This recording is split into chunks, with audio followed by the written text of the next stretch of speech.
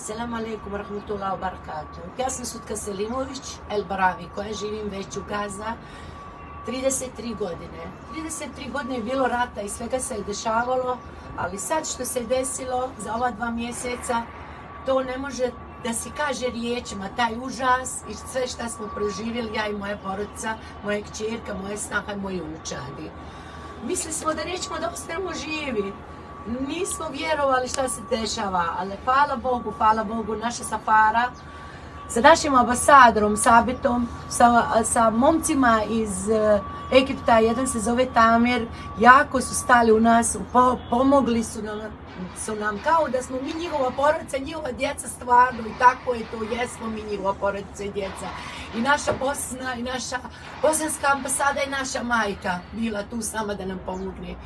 Zahvaljujem se, izvinite ovako što sam potrošena, jer stvarno teško mi je. Zahvaljujem se posebno državi Katar koji su tu nas dočekali i smjestili su nas u lijep hotel da malo možemo doći, bar 1% u sebi od sveg što smo proživjeli, što se dešava.